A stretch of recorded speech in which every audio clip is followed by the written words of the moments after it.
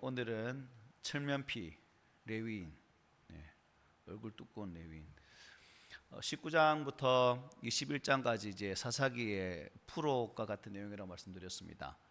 우리가 말씀하신 것처럼 미가의 집에 우상숭배 현황, 단 지파의 우상숭배, 또 오늘까지 이어지는 레위인이 첩을 두음을 통해서 그 일로 인해서 베냐민 지파와 함께 동족 상잔의 전쟁을 치러야 하는 그러한 모습들을 계속해서 우리가 보고 있는데, 또 오늘 본문이 바로 그 중에 한 부분입니다. 기브아 불안당, 불량배, 즉 멸망의 자식들에게 첩이 강간을 당하고, 또 거기서 죽자 그 첩을 집으로 데리고 와서 12조각을 떼어서 각 지파에게 보내게 되어지고, 그 이후에 이제 각 지파가 모여서 의견을 하는 장면이 오늘 본문의 내용이라고 보면 될 것 같습니다. 그런데 우리가 이 본문을 보면 이스라엘 총회의 기브야 이 응징 계리는 매우 합리적인 절차와 방법에 따라서 이루어진 것처럼 보여지지만, 이스라엘 총회는 몇 가지의 아주 중대한 실수를 하는 모습을 오늘 본문에서 우리에게 분명히 말씀했어요. 본문을 들어가기 전에 어떤 실수냐면, 응징의 결의하는 과정에 있어서 전혀 하나님께 묻지를 않았다는 겁니다. 하나님 어떻게 하는 것이 하나님의 백성 중에서 한 지파를 이렇게 응징하는 게 합당합니까? 라는 이러한 기도가 없었다는 거죠. 또 한 가지는 이 레위인이 첩을 취한 사실에 대해서는 전혀 문제를 삼지 않았다는 겁니다. 분명히 레위인이면 왜 저차저차해서 이런 부분에 네가 실수했는데 이런 부분을 말해야 되는데 전혀 그런 부분이 없다는 거죠. 또 한 가지는 이 기브아 거민이 속한 이 베냐민 지파를 총회에서 배제하여서 그들의 공감을 불러일으키지 못했다. 즉 총회에 베냐민 지파만 쏙 빼놓고 나머지 11지파가 모여서 이 지파를 어떻게 할까라는 총회를 했다는 겁니다. 그래서 이것을 보면 우리가 이 총회는 다분히 감정적인 그러한 측면이 강한, 참 냉정하게 판단하고 냉정한 의견을 통해서 베냐민 지파에게 어떠한 모습으로 응대할 것인지를 결의해야 되지만, 베냐민 지파를 뺀 나머지 11지파가 이 레위인의 말을 듣고 단순히 이 레위인 때문에 그들이 감정적으로 대응하고 또한 베냐민 지파를 공격하는, 응징하는 그런 모습을 오늘 본문에서 우리가 볼 수 있습니다. 그래서 우리는 이것을 보면서 우리 이 땅 살아가면서 우리들도 그렇습니다. 이 감정이 앞서다 보면 분별력이, 판단력이 되지 않습니다. 그리고 이 감정이 우리 속에 우리의 삶을 다 찾아다 보면 제대로 된 판단을 못 한다는 거죠.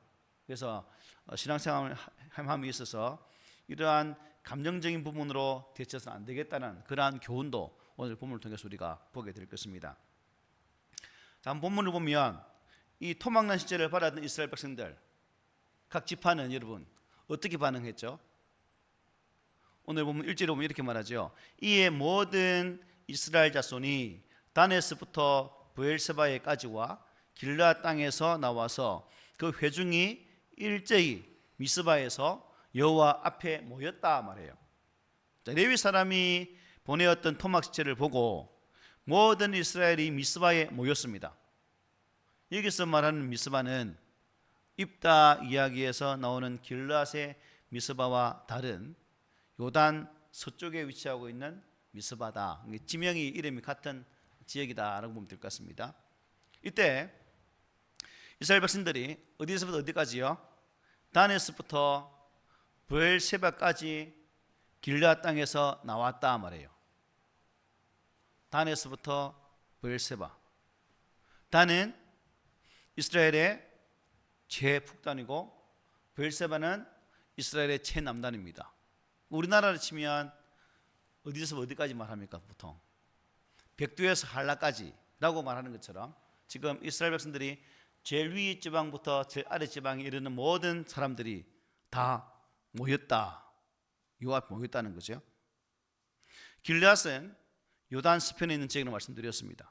이스라엘이 여러분 가나안 땅 입성할 때에 요단강 동편을 먼저 점령하고 그 다음에 요단강을 건너서 요단강 서편을 지배하게 됩니다. 그런 과정 속에서 우리가 알 수 있는 것처럼 르우벤 지파, 갓 지파, 므낫세 반 지파가 요단강 동편 땅이 어떻게 해요? 좋아 보였거든요. 그래서 우리가 먼저 이 땅을 차지하고 나머지 지파가 서편에 가서 땅을 차지하고 전쟁을 하는 사이에 우리만 이렇게 열애되는 것이 아니라 모든 지파가 땅을 차지할 때까지 함께 싸우겠나라는 그러한 약조로 맺은 이후에 그 동편 땅을 차지한 그런 모습을 우리가 요소를 통해서 보게 되죠. 어쨌든 단에서부터 부엘세바까지 이스라엘 백성들이 다 모였다고 말하고 있습니다. 그런데 우리가 아는 것처럼 아까 어느 지파가 빠졌다고요? 3절에 이렇게 말하고 있죠. 이스라엘 자손이 미스바에 올라간 것을 베냐민 자손이 들었더라. 듣기만 들었지 자신들은 모이지 않았다는 것이죠. 사사시대 계속 강조하는 말이지만 사람마다 각기 자기 소견에 옳은 대로 판단하고 행했던 시대였습니다. 그런데 본문에서는 이러한 영적인 혼란 가운데서도 이 기부와 금인들의 죄악에 대해서 서로 일치되는 그러한 반응을 이스라엘 백성들이 보였다는 거예요. 아주 흔치 않는 그야말로 아주 기적과 같은 그 현장이 지금 오늘 본문의 현장입니다. 11지파가 일사불란하게 미스바에 모여서 기부와 금인들의 죄악상을 어떻게 판단할지를 의결하고 그 판단 결과에 따라서 처리하기 위해 그들이 이렇게 모였다는 겁니다. 그런데 본문에서 보니까 그들이 미스바에서 어디 앞에 모였다고 말씀하고 있어요? 여호와 앞에 모였다라고 말해요. 여호와 앞에 모였다. 과연 이들이 하나님의 이름으로 인하여서 이 일을 감당하기 위해 모였습니까? 서두에 말씀드렸죠. 세 가지 실수 중에 먼저 여호와께 묻지를 않았다는 말씀드렸어요. 결국 이 말씀은 그들이 진정성 있게 하나님 앞에 모여서 이 일을 처리한 것이 아니라 단순히 저들의 감정적인 흥분에 따라서 모여들었다라고 분명히 볼 수 있다는 거죠. 이것을 통해서 우리가 어쨌든 이들이 모였던 이 모습은 오늘날 우리에게도 교훈이 된다는 사실이죠. 하나님의 교회가 하나님 일을 할 때에 있어서 성도인 우리가 하나님의 은혜 안에서 한 뜻으로 말미암아 부름받은 성령 안에서 주 일들을 하기 위해 모여드는 모습은 우리에게도 도전이 되는 부분이긴 해요. 그런데 실질적인 그런 모습은 이들 속에는 진정한 하나님이 없다는 사실입니다. 이렇게 모여서 이들이 뭘 합니까?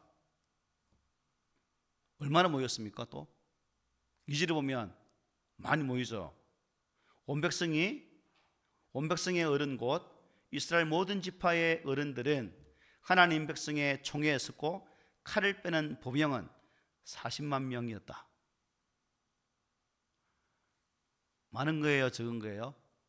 네, 지금 우리나라 대한민국 국군이 몇 명이에요? 이제 한 50만 명도 안 된다는 말이었어요. 저는 60만 명이었거든요. 이제 아이를 적게 낳고 입대해서 주님 계속 국군도 줄고 있는 상황입니다. 어쨌든 40만 명. 출애굽할 때 이스라엘 백성들 장정이 몇 만이에요? 60만 명. 이 숫자는 많은 게 적은 게 엄청 많은 거다, 그죠? 엄청 많은 거예요. 그런데 참 이 엄청난 숫자가 이방 민족을 향해서 이스라엘 민족의 자존감을 높이고 그들의 정체성을 확보하기 위한 싸움을 향해 나왔던 백성들이 아니라 한 지파 속의 기부와 금인을 향한 응징을 위해서 이렇게 모여들었다는 사실입니다. 즉 동족 상잔에 피비린 나는 싸움을 하기 위해서 이렇게 모여들었다는 거죠. 아까 말씀드렸는데 1절에서 여호와 앞에 모였다. 2절에서는 여호와 하나님 백성의 총회에 섰다고 말씀하고 있습니다. 이 단어만 보면 아주 신앙적인 모습으로 이들이 모였다라고 볼 수 있지만 말씀드린 것처럼 전혀 그렇지 않다는 거죠. 한번 생각해 보십시오. 그들이 정말로 하나님 앞에서 모여섰다면 여러분, 이런 일들이 애초에 일어나지도 않았겠죠. 레위인이 하나님 앞에 서 있는 모습으로 12지파가 정말 여호와 하나님을 나의 왕으로 삼고 자기는 속에는 옳은 대로 사는 것이 아니라 하나님께서 인도하신 대로 살았다면 애당초 이런 사건도 발생치 않았다는 거예요. 그런데 이들은 전혀 그런 신앙이 없었다는 겁니다. 여호와에 대한 신앙도 없었고 오직 자신의 소견에 따라서 살아왔기 때문에, 자신이 왕이 되어졌고 자신의 왕의 기송에 따라 살아왔기 때문에 이러한 결과에 이르게 되었다는 사실입니다.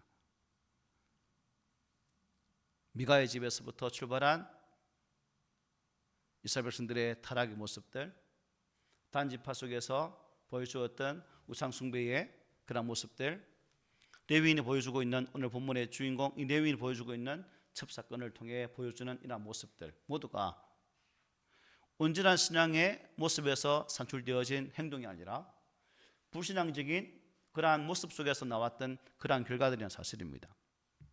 생각해 보십시오, 여러분. 우리 간혹 영화 보면 뭐 깡패들이 많이 나오잖아요. 한번 생각해 보십시오. 뭐 칠성파가 있고 뭐 하만파가 있다 생각해 보겠습니다. 어느 날 하만파가 칠성파를 치기 위해서 하나님, 오늘 우리 하만파가 저 칠성파를 섬멸하고 우리의 하만파의 의기들을 드러내고자 하오니 하나님 도와주십시오라고 한다면 이 기도가 여러분 바른 기도예요? 지금 보여주고 있는 이스라엘 지파의 모습들이 바로 이와 같다는 거죠. 정말 의미 없는 그러한 그들의 결기였다고 볼 수 있는 겁니다. 자신들의 이 불신앙은 어떻게 해요? 뒤로 깍 숨긴 채 다른 사람의 잘못만 부각시켜서 이 응징의 출발을 하고 있다는 겁니다. 기바 사람들의 잘못을 덮어두는 의미가 아니라 이것을 계기로 해서 자신을 돌아보는 그러한 기회가 되었다면 도왔을 것을 전혀 그렇지 못했다는 거죠. 그런데 보십시오. 자신의 죄는 뒤로 한 채 상대방의 죄를 심판하겠다고 모인 숫자가 무려 40만이라는 겁니다. 우리가 사사기를 1장부터 쭉 봐왔어요. 사사기를 보면 사사가 등장해서 대적들을 공격하고 치기 위해 사람들을 모을 때에 이만큼의 숫자가 모였을까? 전혀 그렇지 않았어요. 여사사 드보라가 시스라의 철병거 군대를 치기 위해서 적극적인 참여를 유도했지만 이스라엘 지파는 어떻게 해요? 꼴랑 몇 명? 10,000명밖에 안 모였어요. 기드온이 또한 미디안과 싸움에서 군사를 모집했을 때 몇 명? 여기도 10,000명보다 많지만 약 32,000 정도 모이죠. 계속해서 사사들이 하나님의 거룩한 전쟁을 감당하기 위해 백성들을 모았지만 그때마다 이 사람들은 반응이 없었어요. 심지어 에브라임 지파는 어떻게 해요? 기돈을 싸울 때에 꽁무니 빼고 있다가 싸움에서 이기고 나면 어떻게 해요?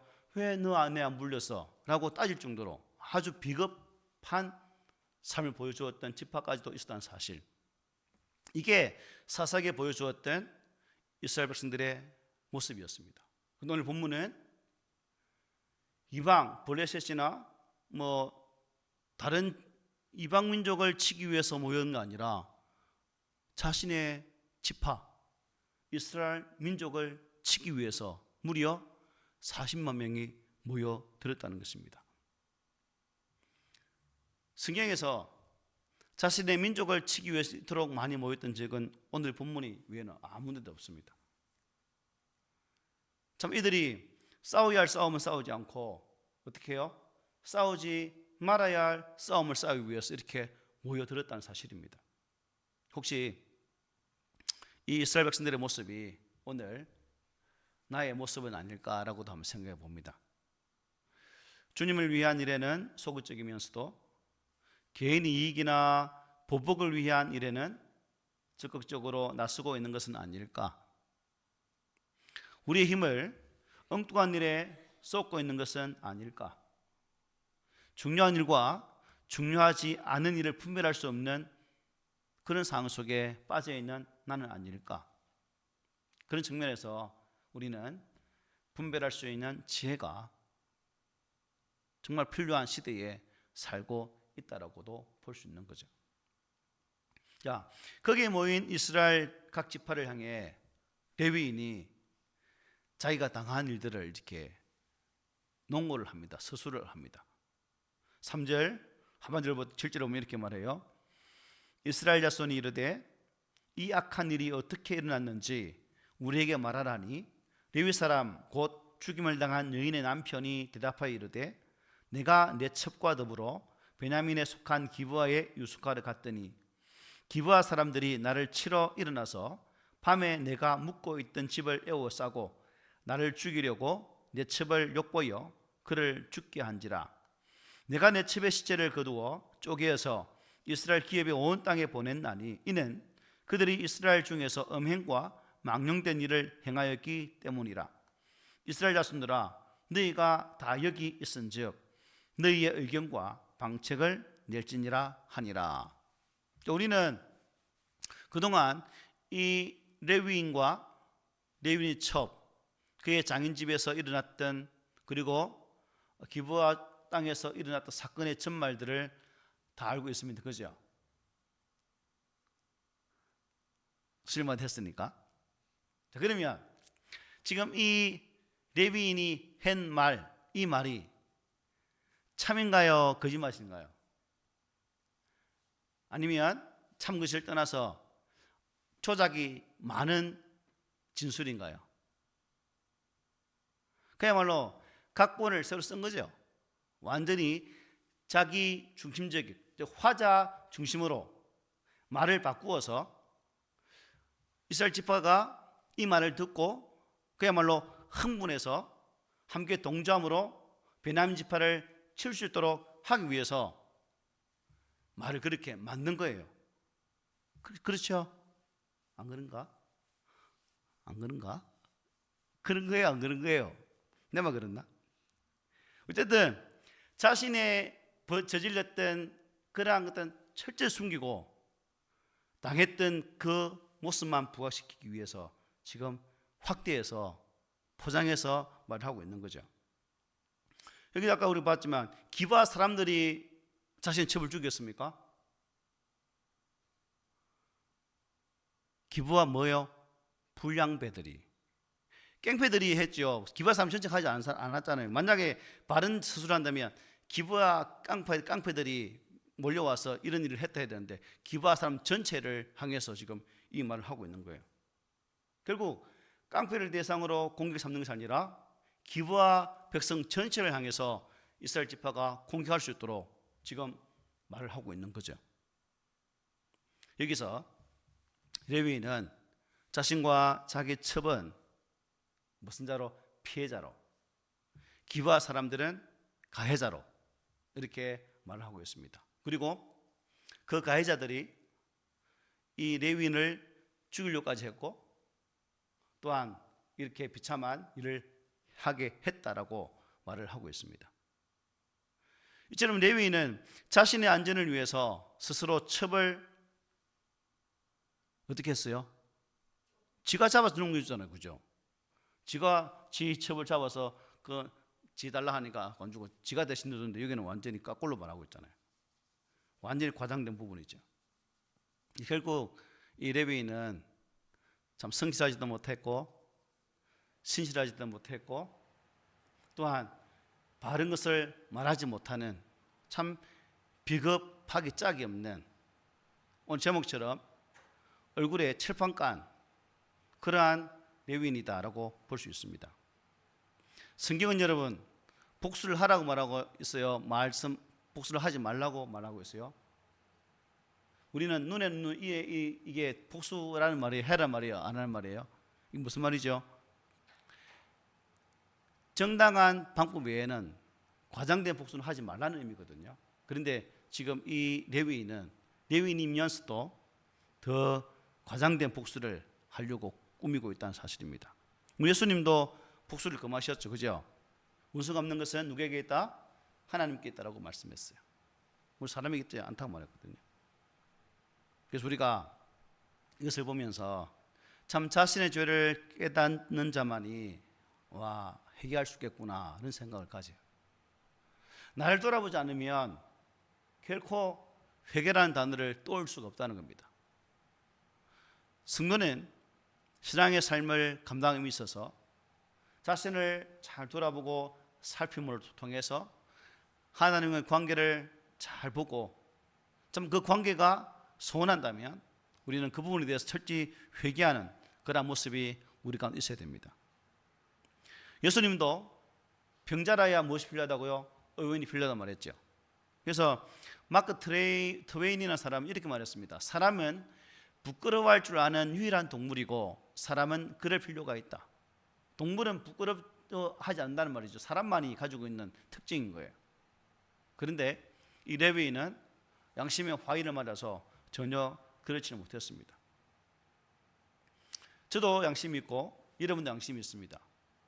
그런데 제대로 된 양심은 참된 것과 그런 것을 분별하고 그런 것에 대해서는 참 미안해할 줄 알고 이런 것이 정상적인 양심입니다. 그런데 양심의 화인을 맞으면 그것도 없다는 거죠. 우리 속담에 똥 묻은 개가 겨 묻은 개에 뭐 한다? 나무란단 말이 있듯이 지금 이 레위인이 지가 잘못해놓고도 오히려 더 큰 소리 치는 우리 삶의 주변에도 이런 분들이 참 많습니다. 분명히 지가 잘못했는데 당하는 사람이 더 크다고 잘못되게 했다고 말하는 분이 있다는 겁니다. 그런 분들은 바로 양심에 심각한 타격을 입은 사람이죠. 그리고 성도는 자신에 대해서는 어떻게 해요? 엄격하고 타인에 대해서는 관대해야 됩니다. 우리는 반대죠. 나에 대해서는 아주 관대한데 타인에 대해서는 아주 엄격한 잣대를 잽니다. 이게 문제죠. 이게 처녀가 아이를 낳고도 뭐다 할 말이 있다는 말이 있는 것처럼 참 우리가 그런 그릇된 모습들이 우리의 자리에서 우리 삶의 자리에 참 많이 있음을 보게 됩니다. 우리는 자신의 은행일체를 통해서 하나님께 영광을 돌릴 수 있는 삶을 살지언정 우리의 말과 행동을 통해서 주님의 영광을 가려서는 안 된다는 것을 꼭 기억했으면 좋겠습니다. 여러분, 우리 예수님께서 많이 경계하신 즉 야단치고 참 저 무리들을 본받지 말라라고 말했던 대상이 누굴까요? 바리새인들 아닙니까? 바리새인들. 왜요? 위선적인 사람들이었기 때문에 과장된 모습으로 살아왔기 때문에 예수님은 그들을 항상 경계하라고 말씀하셨어요. 우리가 아는 것처럼 한번 가늠하다가 들킨 여자가 잡혔죠. 그때 가늠하다 잡혔기 때문에 이 여자는 어떻게 돼요? 돌에 맞아 죽어야 됩니다. 그래서 예수님께 그 여인을 데리고 오죠. 그 바리새인들이 왜 데려왔을까요? 성경 보면 시험기 위해라고 되어 있습니다. 예수님께 뭐라 말씀하십니까? 너희 중에 죄 없는 자가 돌로 치라 라고 말하죠. 그리고 그 말씀이 떨어지자 그들은 돌을 하나하나 땅에 두고 지갈 길로 싹 도망가는 모습을 성경이 말씀하는 것을 볼 수 있습니다. 예수님께서 산상수훈이 이렇게 말씀합니다. 마태복음 7장 3절부터 5절에 보면 어찌하여 형제의 눈 속에 있는 티는 보고 내 눈 속에 있는 들보는 깨닫지 못하느냐. 보라, 내 눈 속에 들보가 있는데 어찌하여 형제에게 말하기를 나로 내 눈 속에 있는 티를 빼게 하라 하겠느냐. 외식하는 자여, 먼저 내 눈 속에서 들보를 빼어라. 그 후에야 밝히 보고 형제의 눈 속에서 티를 빼리라 말씀하셨어요. 타인의 허물만 크게 보려고 하지 말고 우리 성도들은 나 자신을 돌아보고 남의 허물을 크게 덜추어 확대하는 그런 모습이 아니라 오히려 감춰주고 덮어줄 줄 아는 그러한 아량 있는 그러한 성도가 되면 얼마나 좋을까. 베드로 사도는 이렇게 말했습니다. 무엇보다도 뜨겁게 서로 사랑할지니 사랑은 허다한 죄를 덮는다 말했어요. 그죠? 그런 것 같아요. 자신은 전적으로 의롭기만 하고 타인은 문제가 있다고 생각하는 것은 결국 오만이라는 거죠. 그래서 우리 믿음의 백성들은 이러한 오만, 시인의 고백처럼 오만한 자리에 앉지 아니하며 라는 말씀처럼 항상 하나님 앞에서 겸손함으로 겸비된 그러한 신앙의 삶을 살아서, 윤동주 시인이 그 서시에 넣는 뭐예요? 뭐였죠? 하늘 우러러 한 점 부끄러움이 없기를 바라는 그러한 모습으로 사는 우리가 되었으면 좋겠습니다. 자, 결국 레위인에게 쏘은 이스라엘 각 지파는 아주 심각하게 잘못된 결정을 내리게 됩니다. 보면 8절부터 11절에 보면 이렇게 말하죠. 모든 백성이 일제히 일어나 이르되 우리가 한 사람도 자기 장막으로 돌아가지 말며 한 사람도 자기 집으로 들어가지 말고 우리가 이제 기브아 사람에게 이렇게 행하리니 곧 제비를 뽑아서 그들을 치되 우리가 이스라엘 모든 지파 중에서 100명에 10명, 1000명에 100명, 10,000명에게 1000명을 뽑아 그 백성을 위하여 양식을 준비하고 그들에게 베냐민의 기브아에 가서 그 무리가 이스라엘 중에서 망령된 일을 행한 대로 징계하게 하리라 하니라. 이와 같이 이스라엘 모든 사람이 하나같이 합심하여 그 성읍을 치려고 모였다라고 본문은 말합니다. 이스라엘 각 지파에서 사람은 어떻게 모였습니까? 사람의 11조를 모아서 기브아 성읍을 치도록 결의하게 됩니다. 훗날 사무엘 선지자가 그랬던 것처럼 미스바에 모여서 참 온 민족의 죄를 옷을 찢으면 회개했으면 좋으련만 그들은 미스바에 모여서 오히려 지파를 치는, 민족을 치는 이러한 결정을 하게 됩니다. 우린 여기서 그들이 이성을 잃어버리고 지나치게 서두르고 있는 것을 보게 됩니다. 하나님을 경외하는 민족, 선민이 되어야 할 이스라엘 민족이 베냐민 지파의 즉 그 속에 있는 기브아 사람들의 그릇된, 또 기브아 사람들 아니라 기브아의 불량배 몇 명이 저질렀던 이 죄악을 가지고 하나의 지파를 향해 공격하는 이 모습 속에서 참 이스라엘 백성들이 12지파가 하나의 민족으로 세워져서 하나님의 거룩한 선민으로 세워져야 할 이 중요한 때에 그들은 그렇지를 못했다는 겁니다. 왜 이런 결과가 왔을까? 제가 계속 강조하죠. 왕이 없었으므로. 하나님을 왕으로 삼지 않았기 때문에.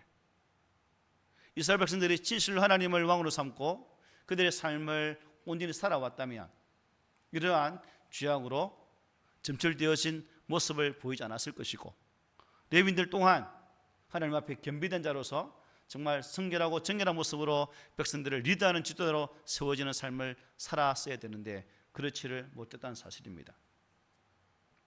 그런데 우리가 이것을 보면서 과연 내가 이 시대에 믿음의 사람으로서 하나님께서는 나를 향해서 무엇을 기대하실까?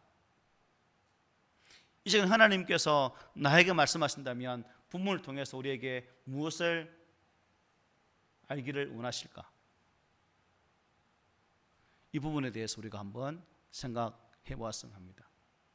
하나님은 지금 이 말씀을 통해서 나 자신을 잘 살피고 진정한 이스라엘 백성들의 하나됨을 바라보면서 그들에게 죄악됨으로 죄를 징계하는 모습이 아니라 사랑으로 용납하고 덮어주는 그 모습으로 하나의 이스라엘을 바라신다는 사실입니다. 오늘날 교회 또한 마찬가지입니다. 수많은 교회가 존재하지만 모든 교회가 하나님께 합당할까?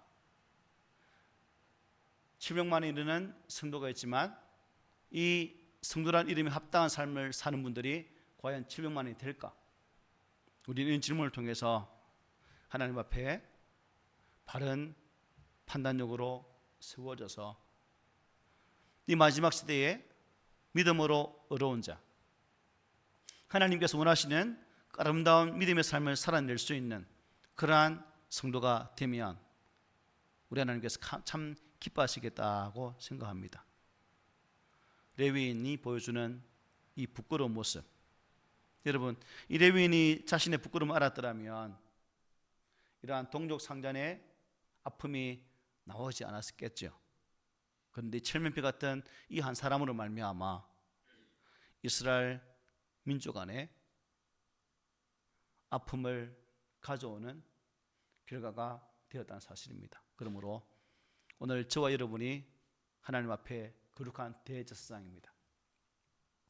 한 사람의 제사장으로서 하나님 바른 믿음으로 세워지고 말씀으로 바르게 세워져서 나로 말미암아 죄가 도출되는 것이 아니라 나로 말미암아 내가 있는 그곳, 내가 서 있는 그곳이 하나님의 의로움으로 가득 찰 수 있도록, 하나님의 은혜로움만 가득 찰 수 있도록, 진실로 내가 왕이 아니라 하나님을 참는 왕으로 삼음을 통해서 왕 대신 하나님께 합당한 삶을 살아내는 그러한 우리의 모습이 될 수 있도록 우리의 신앙을 항상 또 다짐하는 그러한 모습으로 세워지는, 그래서 오직 하나님께만 영광 돌릴 수 있는 신실한 주의 성도들이 되시기를 오늘 말씀으로 부탁을 드립니다. 아멘.